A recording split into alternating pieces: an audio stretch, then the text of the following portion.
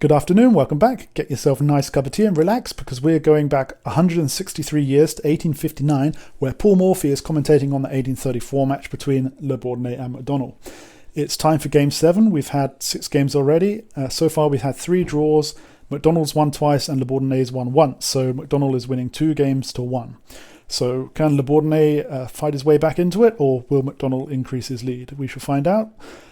McDonnell has the white pieces and he starts with e4, and Bourdonnais plays c5, and again, like the previous Sicilian game, McDonnell goes for f4.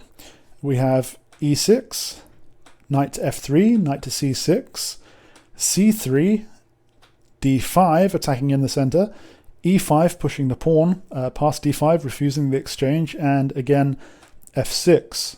And play continues from here. Bishop to e2, bishop to e7, knight to a3, and queen to b6. Morphy comments, in this and the subsequent games at the same opening, Bourdonnais never fails to make this very necessary move at the proper time. Talking about queen to b6.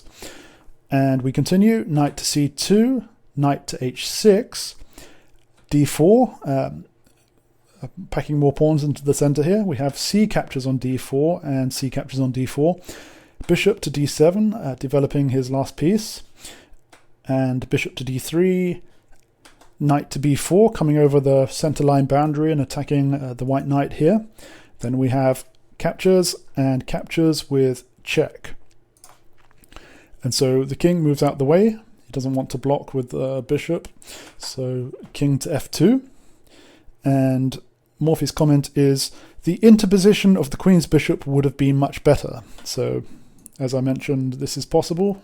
Morphy prefers this, but McDonnell decided to play king to f2. And we have castles by black and rook to f1 from McDonnell. Morphy says, this was probably hastily played and should have resulted in the loss of a pawn. More correct would have been king to g3. So the game continues, rook to f1, pawn captures, and Morphy says, some instructive variations resulting, however, in every instance in black's favour would have sprung from knight captures on e5 instead of the pawn. Suppose knight captures, then queen captures the pawn on d4 with check, and king goes to g3. Morphy says, it is evident that the white king can only choose between this and the next move given below. That's why I've got the variations here.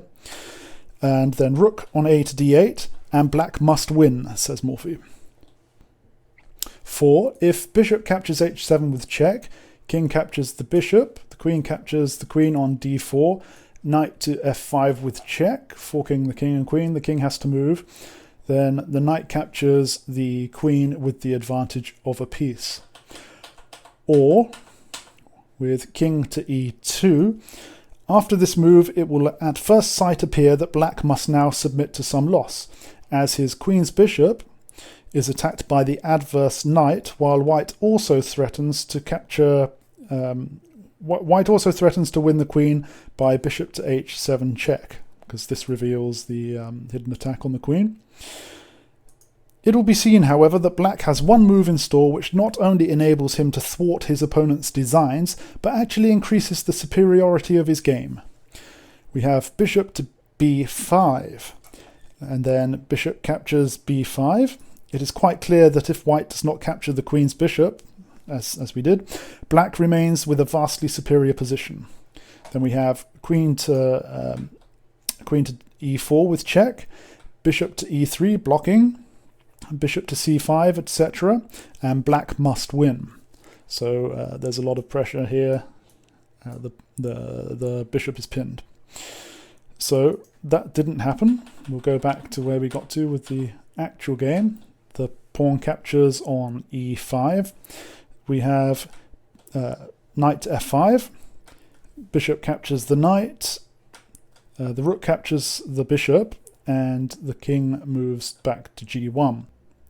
Rook to c8, and we have g4 from McDonnell attacking the rook.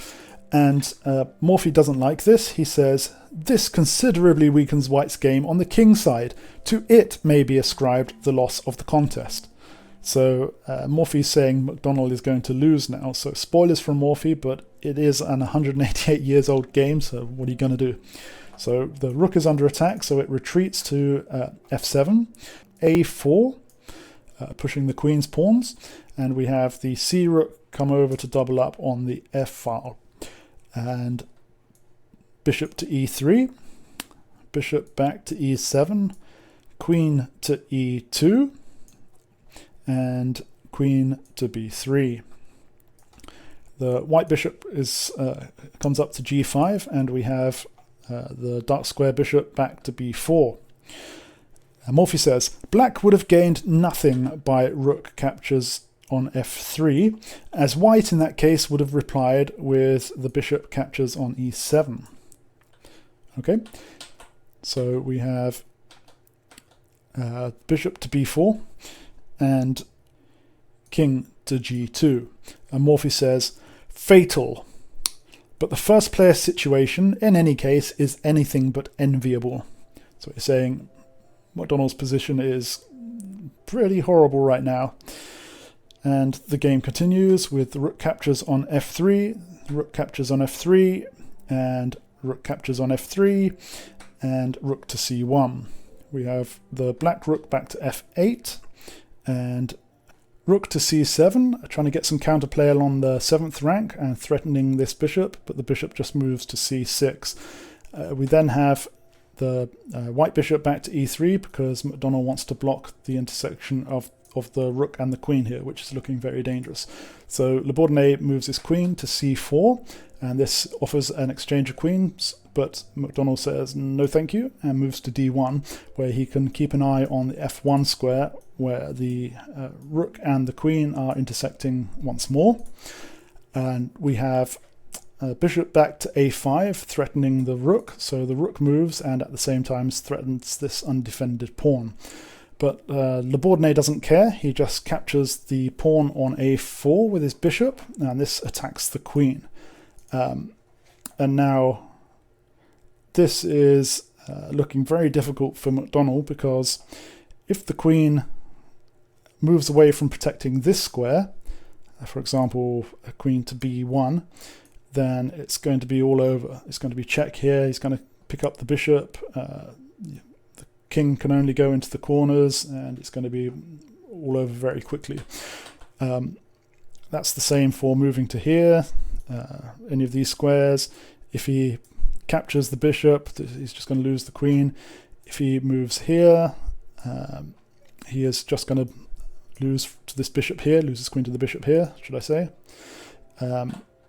If he moves to any of these squares down here, the queen's coming in for check. So basically, in this position, all is lost, and McDonnell realizes it, and so he resigns. And so that's it for Game 7. Bourdonnais wins a game back, and they are now all level again at 2 games all. So a very close match so far. We'll see you next time for Game 8.